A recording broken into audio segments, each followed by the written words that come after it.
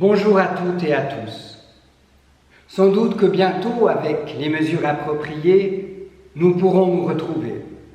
En attendant, je vous propose quelques réflexions à partir d'un verset de la Bible tiré du texte proposé pour le dimanche 17 mai 2020. C'est un bref extrait du grand entretien que Jésus mène avec ses disciples dans l'évangile de Jean, juste avant d'être arrêté. C'est la paix que je vous laisse, c'est ma paix que je vous donne. Je ne vous la donne pas à la manière du monde, que votre cœur cesse de se troubler et d'avoir peur. Jean 14, verset 27. La paix. Dieu sait si nous y aspirons dans notre vie. Se sentir bien en équilibre, en harmonie, en paix, tout simplement. Alors il y a la paix que l'on revendique. Fiche-moi la paix, laisse-moi tranquille. Déjeuner en paix, chantait il y a quelques années Stéphane Eicher. Juste ne plus être dérangé pour se concentrer, se retrouver, se reposer. Nous en avons tous régulièrement besoin. Avoir la paix, tout simplement.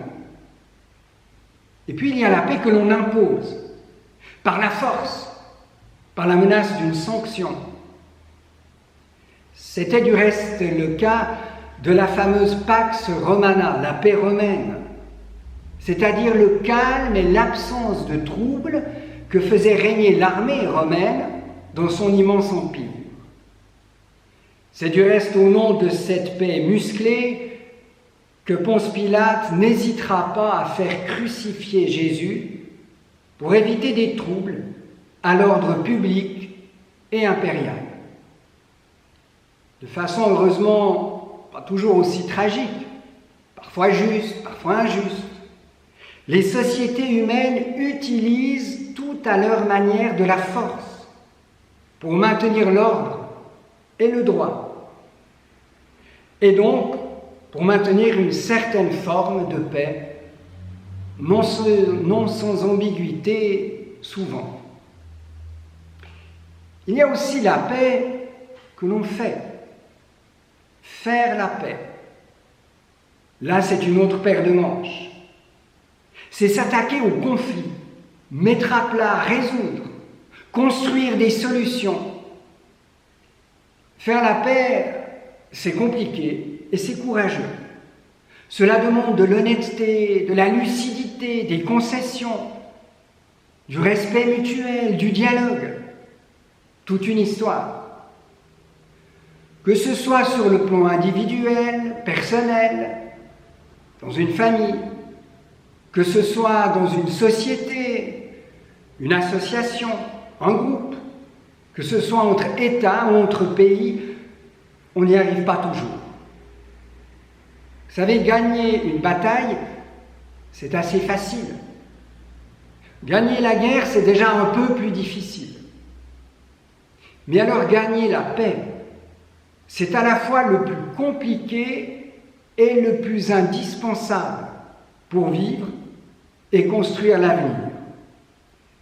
Et ce n'est pas un hasard si dans l'évangile de Matthieu, dans les béatitudes, les artisans de paix sont appelés fils de Dieu, ni plus ni moins.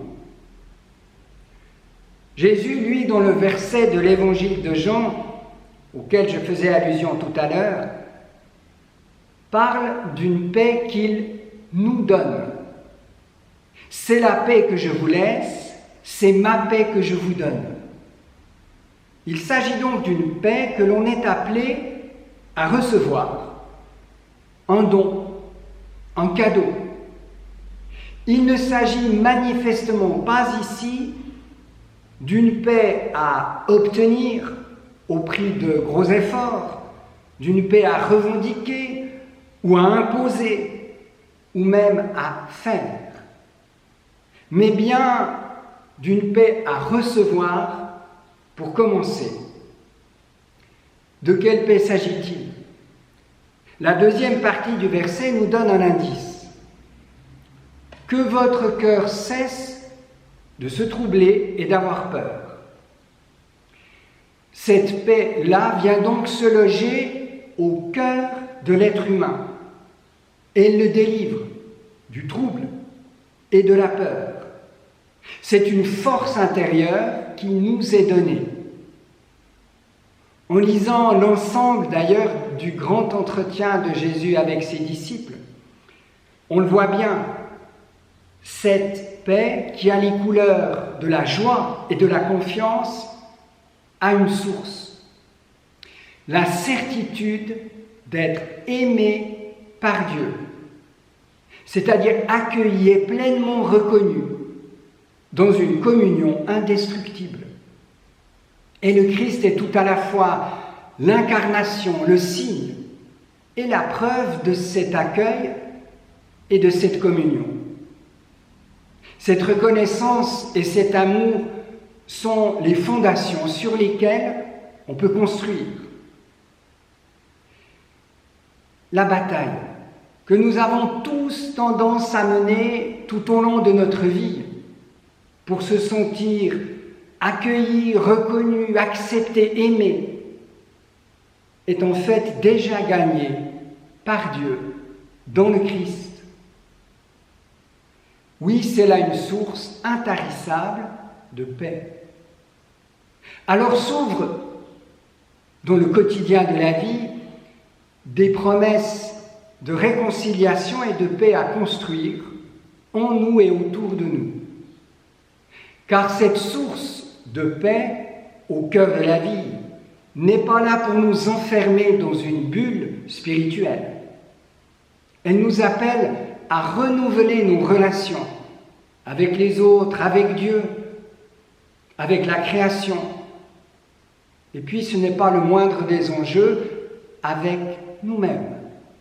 Apprendre à nous accepter tels que nous sommes.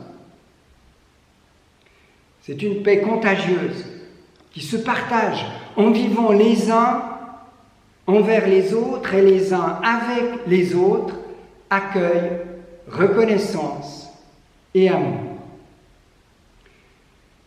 Dans les célébrations œcuméniques, souvent, nous pratiquons un geste de paix, en souhaitant à celles et ceux qui sont autour de nous la paix du Christ.